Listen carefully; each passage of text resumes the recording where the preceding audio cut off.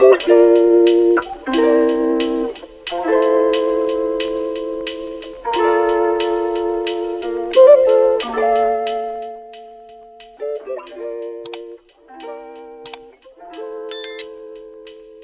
guys, so I've been doing a lot of individual reading vlogs, and I decided this weekend, being as I haven't got much to do, I'm going to do a weekend vlog over Friday, Saturday and Sunday. So my TBR for this is, the first one I'm going to pick up is Ace of Shades by Amanda Foody. And obviously, as you can see, this is an arc, and I've had it since, April 2018. Long time it's been sat on my shelf. So I'm finally going to give this a go. I do have the audiobooks for all of these, and I listen to them on 3 times speed, so this should only take me about 4 hours. So that's book 1. After that is classic Eclipse by Stephenie Meyer. Now, I didn't read Twilight back in the day when everyone else was reading it. Yet I did watch the movies, and they're trashy but enjoyable. And I decided I was going to read the books, especially with Midnight Sun being released not too long ago. So I've read Twilight and New Moon. Average, 3 stars. Nothing amazing. So this one is next. I'm interested to see the end of the series in particular, because we get, in the movies at least, you start to see more of the Volturi and get more insights into how the vampire society works as a whole. So I want to see if that's different in the books. I also have the second short life of Bree Tanner. So those two I'll be reading in combination. The audiobook for this is about 16 hours, which on 3 times speed is about 5 hours. So I'm hoping to finish that. And if I can finish Ace of Shades, Eclipse, and the second short life of Bree Tanner, the next book I want to start this weekend is one that's terrified me for a long time because it is a classic, and that is Dracula by Bram Stoker. The audiobook for that is about 15 hours, so it'll take me about 5 hours to read that. Even though it looks pretty chunky, there is introduction at the beginning and appendices at the back, so the book itself is only about 300 pages. So this is my weekend TBR. I'm hoping that it'll be Friday, Saturday, Sunday. But I'm a serial procrastinator, so I'll see how that goes, and I'll check back in with you a bit later.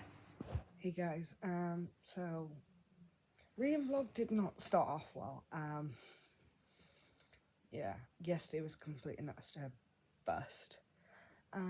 I didn't film the intro till about 6 o'clock in the evening, so but then the procrastination monkey took over, and I surfed TikTok till about 2 in the morning and then fell asleep. So no reading got done yesterday. I've been busy with stuff today. It's currently 4:30.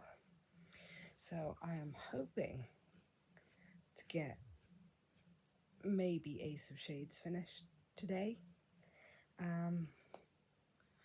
And then hopefully at least one of that on Sunday. But let's see how well I can stave off procrastination. Because it does become a real temptation. Especially with my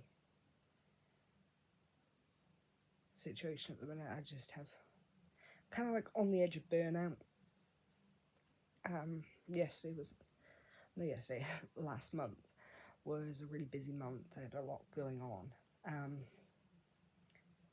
I've already read 3 books this month so far. But yeah, I'm kind of teetering on the edge of burnout. I don't want to do anything and I want to do everything.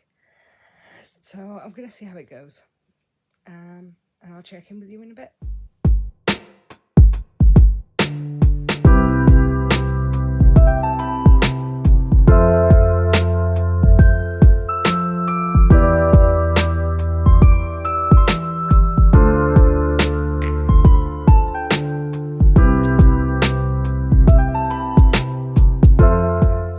sorry for the late check-in. It's now like 7 o'clock. I have read the first 10% of Ace of Shades, which is about 40 pages. Not really feeling it. I don't know whether I'm just not in the mood for fantasy right now, but not really feeling it. I'm a bit confused. There's a lot going on. So basically, N is looking for her adoptive mother who's gone missing. She sent her a letter basically saying, if I don't come back in 2 months, I'm dead. It could just be the fact I'm delayed, so if it is that, find this guy Levi and he will help you out. So she travels to New Rains, which is the so-called City of Sin, and Levi is essentially really high up in a gang, and these gangs are based around the card suit. So he's an iron or a club in card suits, and he's like really, really high up. He's been running this con, which is essentially a fucking Ponzi scheme, with their form of currency, which are called vaults. And he's only got one person left to pay off, who's another big gang leader kind of thing. He owes him 10,000 vaults, which he doesn't have. He's trying to get. So when N turns up there and she realises that Levi isn't this gentleman that's going to help her, he is con man, and she's, you know, your prim and proper lady from a finishing school, she offers to pay him for him to help her find Lord. So he agrees, because she's willing to pay him 10,000 vaults, which is exactly what he needs to clear his debt. And she will give him 1,000 vaults at the end of the day, if he proves he can actually help her. Levi isn't really interested. He's like, if nothing turns up, I've still got 1,000 vaults in my pocket, which covers a portion of his debt. And if by some fucking miracle that Lord is still alive, he gets to pay off his debts. But there's multiple things going on. So people have talents that they inherit from their parents. One is a dominant talent, and then one is called a split talent. So N's dominant talent from being a salter is dancing. And then her split talent is maths. Like, I have no idea what these talents are. But we also kind of learn, and it's really confusing, that there were people who had talents that were more closely looked at like magic rather than useful skills. And these referred to as misers. And it goes back to the time of the head kings and queens and royal families. And 25 years before there was a revolution, the royal family was killed, and that leads to the current society. This seems to be important purely because Lord was a journalist who was sympathetic to the misers and wanted to return to that way of living. And it's also the reason that Levi thinks there's a very, very high chance that Lord is dead. And N had no idea about this. Like, the writing style was fine. Not keen on either of the characters right now. N seems very entitled, you know, classic spoiled rich kid mentality, and Levi is a bit of an arse, not gonna lie. The magic system and the currency are really confusing. They haven't really been explained that well. So I don't know whether I'm going to continue to about the quarter mark, which would be about 100 pages in. So about here, and see if I'm feeling it. And if I'm not feeling it, then I will maybe put this down, maybe DNF it, I don't know. I did read Daughter of the Burning City by Amanda Foody, and I really liked it. But I'm not feeling this one for some reason. I don't know whether it's because it screams romance. Not that anything romantic is happening, I can just obviously tell that N and Levi are probably going to end up together. And it's probably going to be a bit of like a... If you think of the dynamic between Audrey Rose and Thomas in Stalking Jet the Ripper, I get that kind of vibes from this relationship, but neither of the characters are as interesting as those two. So I'm probably going to give it to the quarter mark. And if I'm still not feeling it, I will probably put it down. I don't think I'll DNF it for now. Or I might DNF it and come back to it another time, I don't know. But I will give it to the quarter mark. Because then I've read a good chunk of the book. Because this is only just over 400 pages, so yeah, I'll check in with you then.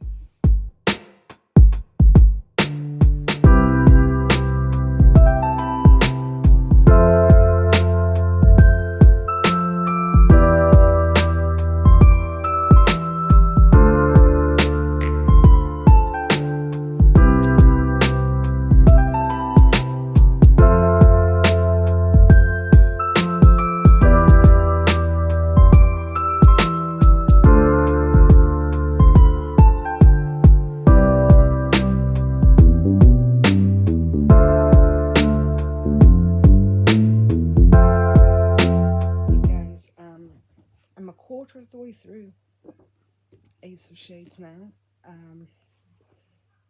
I'm still not feeling it, honestly.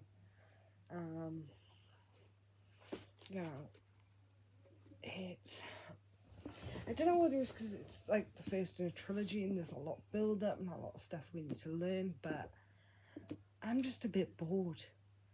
Like, I prefer Levi over N. Because this is dual perspective, but we're getting a lot more of N, which isn't great. She's really stubborn, but not in a good way. Like, she's in an unfamiliar place that has different customs, different rules, and she doesn't seem to be willing to learn them, which means she gets herself trapped into basically something called an omerta, which is like, think of like an unbreakable vow from Harry Potter. She's now stuck in this thing, and her first task that she's been given is to poison one of the most powerful dons in the city. The poison isn't going to kill him, it's just going to incapacitate him for a few days. He also is a bit of a dodgy man. He seems to like girls on the very, very young side. So he's not a good man, but because she didn't want to listen to Levi or take any of Levi's advice, she's now got herself stuck in this situation. She can't even tell Levi about it. And she's now working in the casino as an acrobat of all things, and she doesn't know how to do that. So I'm like, you are being dumb for the sake of being dumb. Like, this guy has said he will help you. He has lived in this place for a long time. He knows how it works. He's got himself a position of power as the Iron Lord. He essentially runs the Irons. The only one with more power than him in their particular sect is Bianca. You know what I mean? And she's the head of one of the crime families. So why she turned down this advice is beyond me. Like, if I was in any situation and I met someone like Levi that was like, yeah, I know this place, I know how it works, I can teach you how to get by here without being robbed, being murdered, or taken advantage of, I'd be like, it ain't costing me nothing. well, technically it is costing in volts, but apart from that, he's not asking anything of her in return other than money. I'd be like, yeah, impart all that good wisdom and advice on me so I don't get myself into a shitty situation I can't get out of. But N has essentially done that. So I don't like N at all. Levi is tolerable, but we don't know that much about him. And I'm now over 100 pages in, and I'm just not feeling it right now. So I have a feeling what I'm going to do. I'm not going to DNF this yet because the magic system is intriguing, and watching this storyline develop, not just with Levi's con, but with the search for Lord and everything else that now N has gotten herself into. I'm excited to see how that plays out. But what I'm going to do, I'm going to give it, I think, to the halfway mark, to about here. And if I'm not invested then, I'm going to put it down for a bit and I'll switch over to, I think, Eclipse, because it's as far from this as you could really get. It's not this kind of fantasy, it's more paranormal, more contemporary. So, if at the halfway mark I'm still not 100%, I'm going to switch over to Eclipse for a bit. Also, because I am a night owl, I won't go to sleep till about 4 a.m. I'm going to try and read right through, as much as I can anyway. So I'm hoping, being as this is quite fast paced to read, if this picks up soon, I will probably finish this one tonight. Whether or not I continue with the series is going to be another question, but I'll check back in at the halfway mark.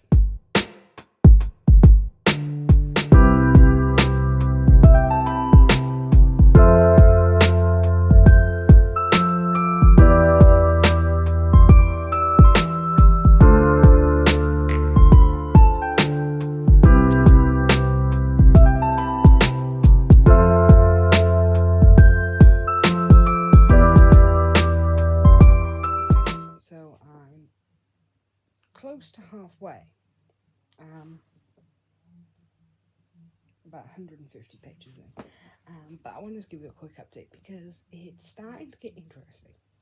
So, with Levi and N both being bound by the Armata to Bianca, they've created a sort of friendship. Levi feels responsible for N, and N just likes him. But I've noticed there's a lot of queer rep in here that I'm liking. So, we know that Lord is more interested in women, plus she adopts a more androgynous appearance, making me think she will be classified as like non-binary. Levi himself is attractive to both men and women, so we stand a bi king. And I just thought it was a really nice touch. So I'll give you more thoughts at the halfway mark.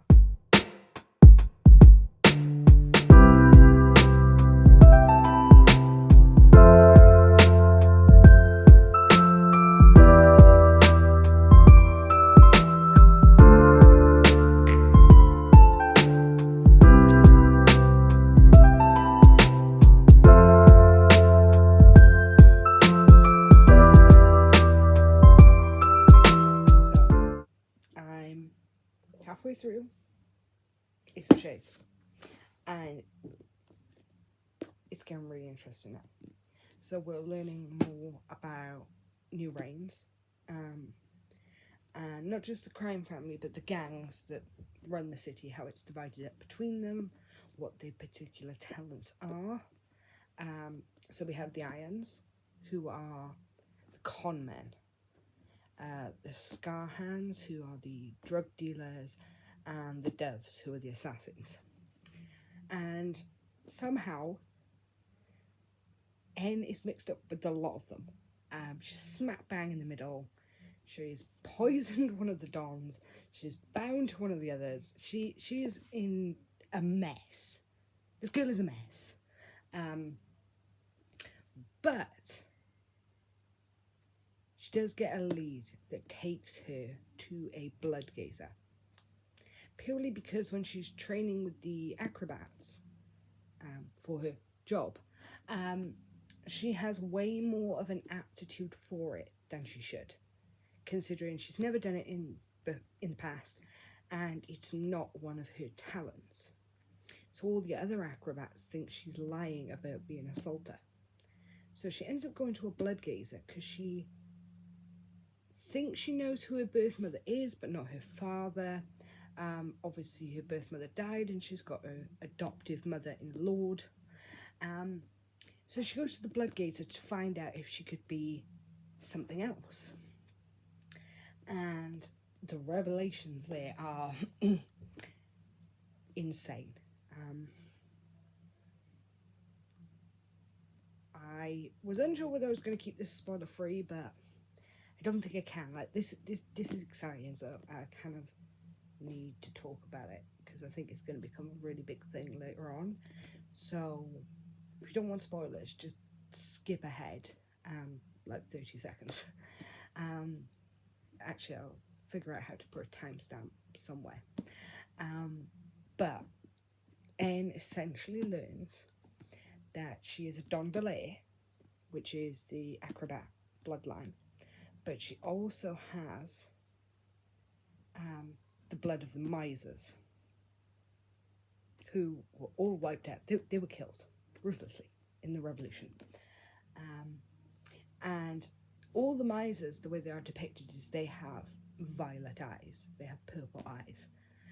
But she learns from the blood gazer that this only happens after they awaken their talent. They're not born with their talent like other people. They don't just have a natural aptitude for something, they have to awaken it,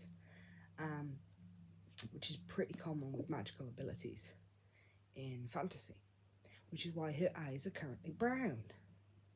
So she knows, having the misers all been wiped out, that the second she awakens this and her eyes change colour, she's a walking target. She will be killed by a lot of people. And even the blood gazer Lola tries to kill her, purely because she has the blood of the misers. So, but I think this might help her. Obviously, she's trying to find Lord, who was a miser sympathiser, and ran in a lot of crowds where they want to bring the misers back. So I have a feeling N is going to find a way into this crowd using her own miser blood. Try and find Lord that way. So I am now at the halfway point. Hella hooked. Like, I want to see where this goes now. I want to see how badass this girl can get. Like, she still has her moments where she seems naive and innocent. Usually when some form of nudity is involved, she blushes a lot. But I want to see how badass this girl gets. Seriously. So, it's 10:15 now.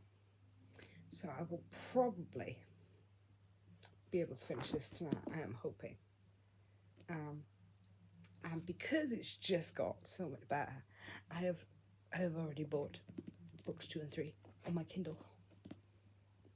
Because I am anticipating this to be, if not a 5-star, then a high 4. Which was unusual, because for like the first quarter I wasn't enjoying it. And then it got really interesting. And now I'm starting to see all the things I loved about Daughter of the Burning City coming into play. You know, those really wild fantasy elements that Amanda Foody is great at writing. So I'll check in at 3/4 mark.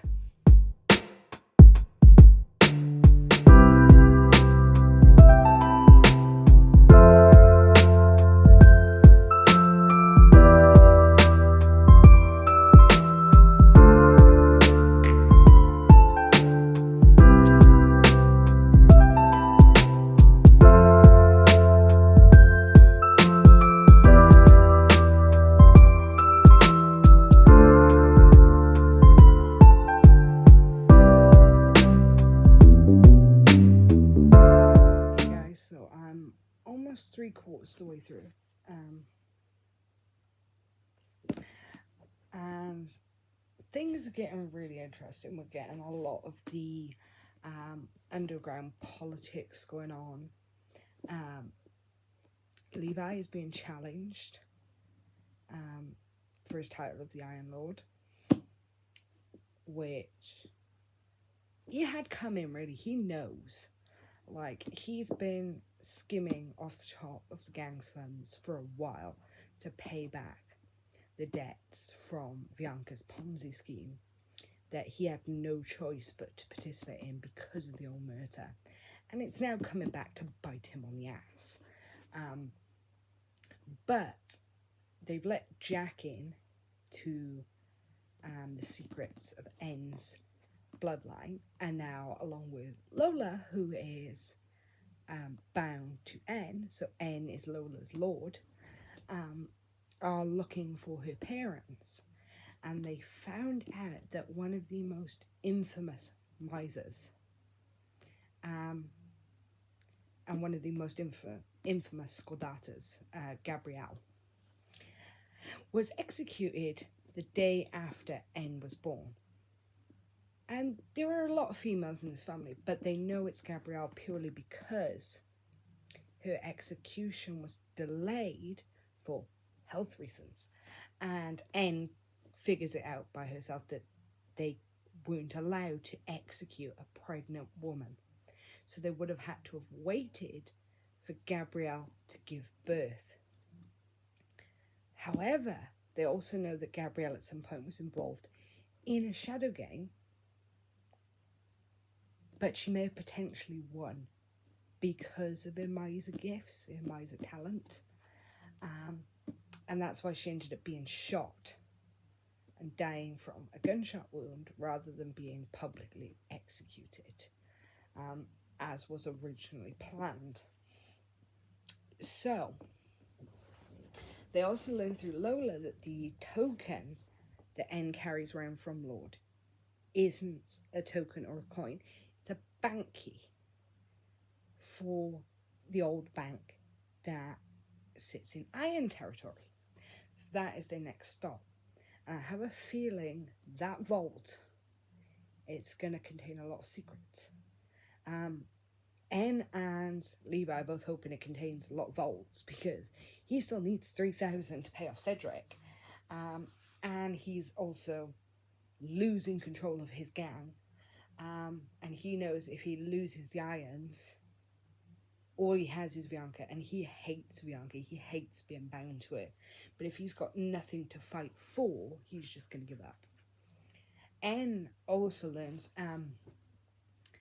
realizes more like, that she has to step back from acrobatics, which is heartbroken for her, because in all the time that she thought she was a soldier, she was good at dancing, but she never stood out. People never remembered her.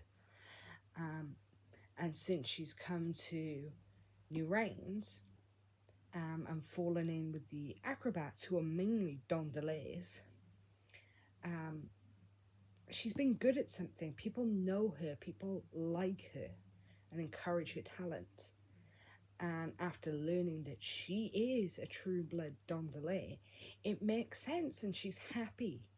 But she also knows that if she's in the spotlight as a Dondelay, and people will figure out that she is a Dondelay if they watch her perform, because there's no way someone with her natural affinity for it doesn't have a talent for acrobatics.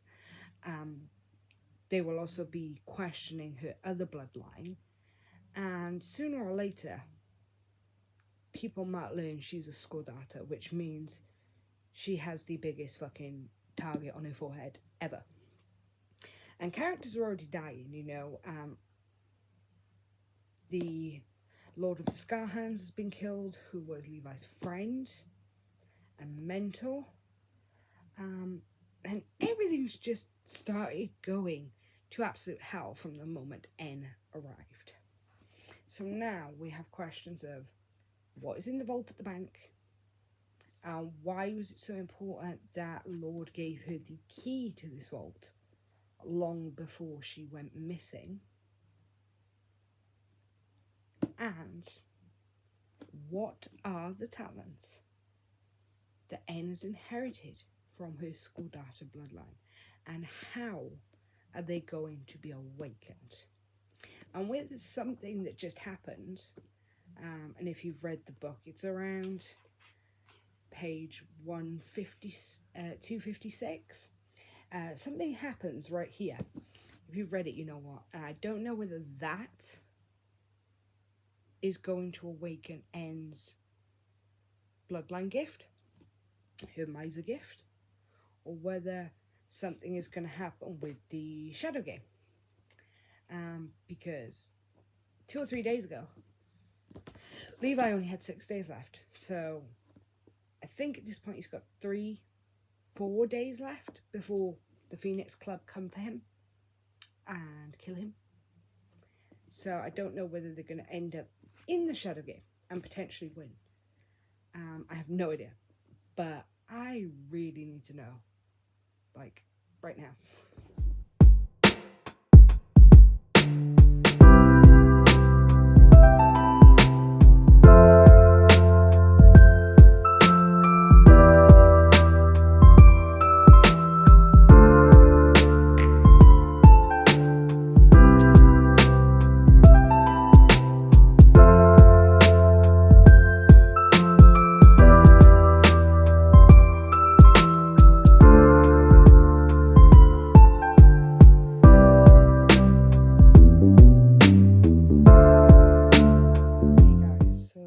It's 1 a.m. and I have just finished Ace of Shades by Amanda Foody. I was a bit conflicted at the end. Like, everything really built towards the last 80 pages. And by the time we get to see the notorious Shadow Game, we don't get to see very much of it. It's not explained very well. And from what I can gather, it's another card game, and there are some twists to it, and that is the moment when we see N's Miser talent awaken, and we see her eyes change. But her power doesn't seem to be very useful. It doesn't help her get out of the game, really. I think there could have been more done with that, especially during the game. That game could have been stretched out a bit more and given a bit more detail, a bit more of the stakes. But the ending, it caps off with the characters now splitting. So Levi is being hidden from the Phoenix Club by Bianca, and he's being given over to Zula, who is hiding him. Now, I don't think we cannot trust Bianca, so I don't think we can trust Zula either, being as they run in similar circles, according to the woman herself.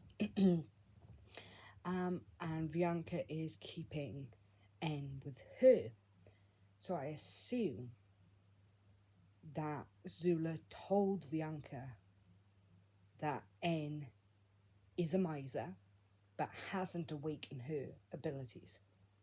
So when she has that final meeting with N, where N is wearing contacts over her normally brown eyes, and the contacts make them blue, I think Bianca would have noticed this straight away and thought, yep, her power has awakened now, and with some key political players now dead, this is the chance for Bianca and her monarchist group to rise up again.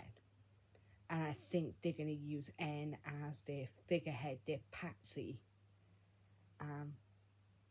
because she is one of the only misers left. If there are any others. If there's not any others, she is the only one, but there could be more hiding somewhere.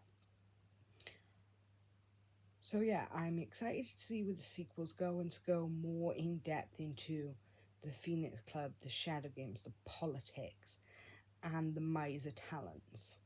Like, specifically, what does N's do? I still don't understand what her power does. Neither does she, really, but... And then we didn't get anything more than flirting. And will they, won't they, in terms of the romance. I think it's because both have a lot at stake and they don't know whether they could risk that by being together. Especially now that N has awakened her abilities and she's a miser. Which means she's constantly going to be a target for the revolutionists.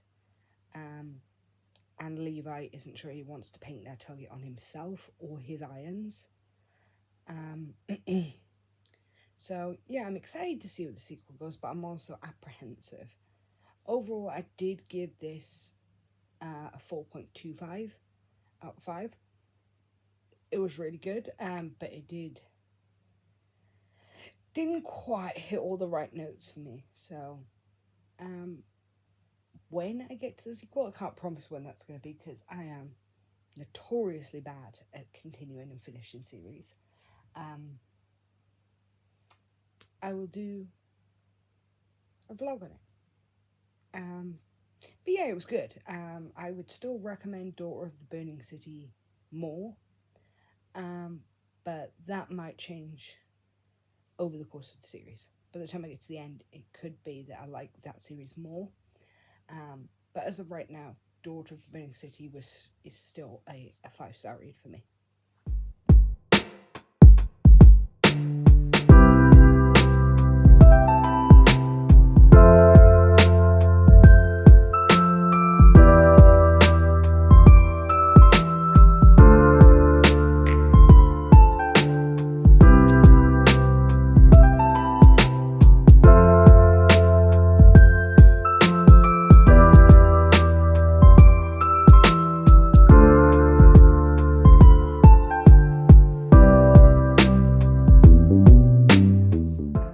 I didn't get a lot of reading done today. I didn't actually start reading until about 6 o'clock this evening. So weekend reading time is not going great. Friday was a bust. Very productive yesterday. Most of today, not so much. But I have sat down and read the first 60 pages of Eclipse. Now, it's been a while since I read Twilight and New Moon. And I'm only reading them because I was never really on the bandwagon as a teenager when these were coming out. And even though I watched the movies, I never really got the Twilight mania. And I genuinely forgot how much of an asshole Edward is. Like, red flag extraordinaire, mate. The controlling, manipulative, gaslighting behaviour that this man puts out is insane. Just in this opening, he's repeatedly told Bella she can't go see her best friend because he's dangerous, even though she knows he isn't. Even when she offers to go with Charlie because Charlie is going, he orchestrates her going to see her mother without her permission, just so she doesn't spend time with him. He uses his ability and Alice's against Bella. Like, even though Edward can't directly read Bella's mind, Alice can see Bella's future, and he uses that to constantly prevent her from seeing Jacob, even though she's told him that she is only sane because of Jacob after what happened in New Moon. And this little shit has no gratitude, no anything for Jacob. It's like, yes, he's a werewolf, you're a vampire, you're innately designed to hate each other. But you could have the tiniest shred of gratitude for this man who kept your girlfriend sane and stopped her from doing some really stupid shit because you abandoned her in the way you did. And like, you could have the tiniest shred of gratitude for him. So yeah, I already hate him. I've never liked Edward. Like, the only time he was ever tolerable was very, very early on in the first book, and that's because he was an asshole, but Bella knew he was an asshole. I repeatedly called him out on it. After she falls in love with him, she seems to forget how much an asshole he actually is. When he does things that are cruel and manipulative, she just writes it off. She's like, oh, well, that's Edward. No, bitch. Grow brain. Like, I'm genuinely scared to get to Midnight Sun, because that is told from Edward's perspective. I don't want to be inside this fucker's head more than I need to be. The only upside to there is we will hopefully learn a lot about other characters that don't get a lot of page time in the main series, because obviously it's told from Bella's perspective and she's wrapped up with Edward. Yeah, I hate so much.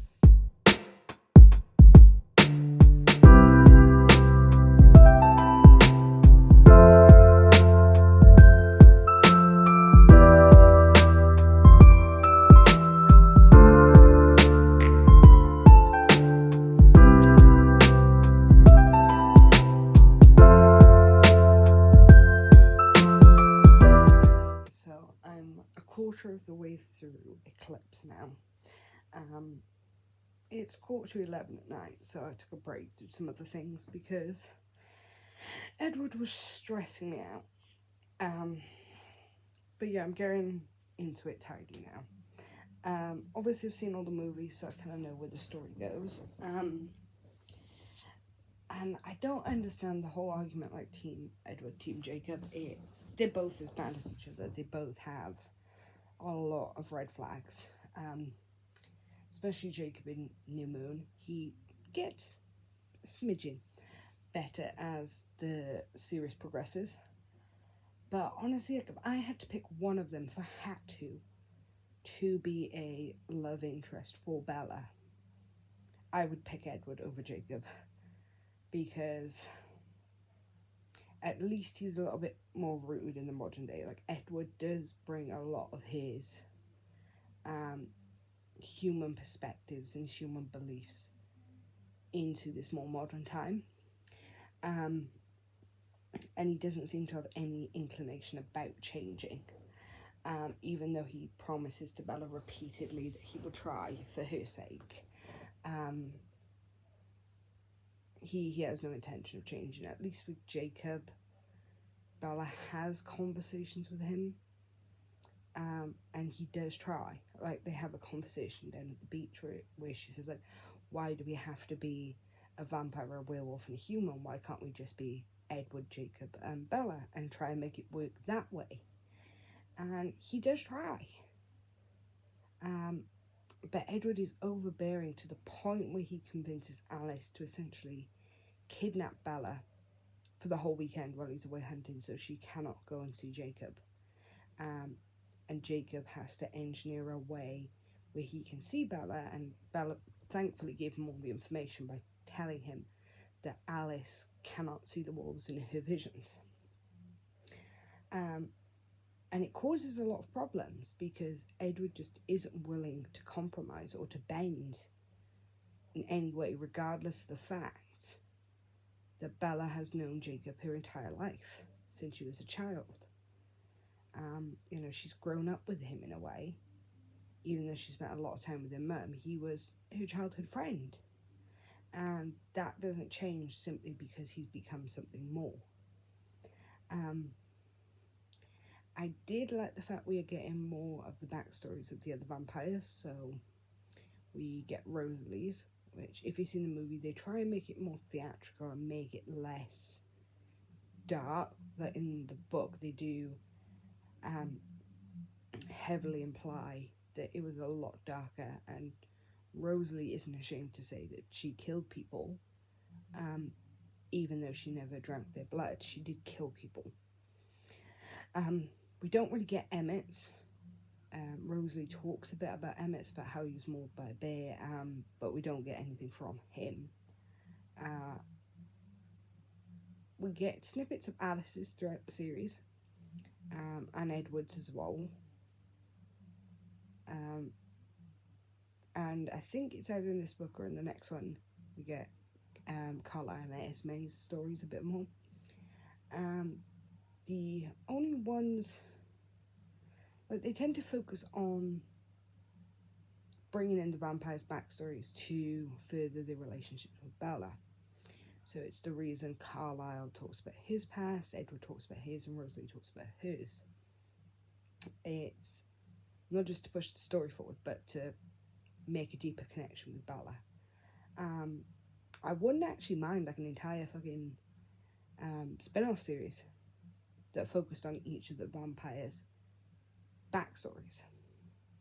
Like, I know for certain vampires like Rosalie and Jasper, we know a lot of their story, but it would be nice to see it firsthand, you know what I mean? And not just them, other vampires as well, like the Denali sisters have a very complicated history, especially with the Volturi. We don't get any major backstory on the Volturi, neither the Kings or the Guard. I think the only one we're ever given some sort of backstory on is Alec and Jane, because they're referred to as the Witch Twins. And you can kind of infer how they died, you know, how they died. But yeah, we don't actually get a lot of backstory on some of the key supernatural creatures. Like with the wolves, it's different. We get a lot of backstory of the Quileute lore and stuff like that through Jacob and through the other tribe members. But the vampires are left pretty much in the dark, which is strange. Because if we think of another big vampire series, The Vampire Chronicles by Anne Rice, the entirety of the first book, near enough, is Louis, while he was human, being turned, and how he learned to cope with being a vampire. The Vampire Lestat, the second book, follows one of the key vampires from the first book. We don't get much of his history, really. And it goes into a lot more in depth in his history as he reflects on how he's changed over the time he's been a vampire. We don't really get that at all in this, and it could be because it's from Bella's perspective and Bella doesn't really care, which is why I'm sort of excited to read Midnight Sun, because I'm hoping through Edward's mind reading ability we will get more background and that the vampire characters will be more fleshed out. But I don't know. Like the first two books, even though they weren't great, mediocre at best, were entertaining to read. Edward in this one is grating on my nerves like so hard. And I just want like the actiony stuff to happen, because at least then I can ignore him and focus a bit on other things. But I know that's towards the end of this book, gearing up for Breaking Dawn. So yeah, I'm just gonna have to wait and see. Hey guys, so the end of the weekend reading vlog didn't go too well. I got about a quarter of the way through Eclipse and procrastinated for the rest of the day and didn't do anything yesterday, so it's now Tuesday and I'm filming the final update. I ended up reading about 600 pages over the weekend, but that was without reading anything at all on Friday and for the majority of Sunday as well. So I was primarily on Saturday I read those 600 pages. I will be trying again this weekend once I've cleared my plate off a little bit. Maybe I'll get more done and I don't have to worry about much. Please excuse the ginormous zit on my face, it's annoying me. So yeah, I read Ace of Shades in its entirety and it was pretty good. Got 4.5 stars. And then I read the first quarter of Eclipse and wasn't loving it that much, to be honest.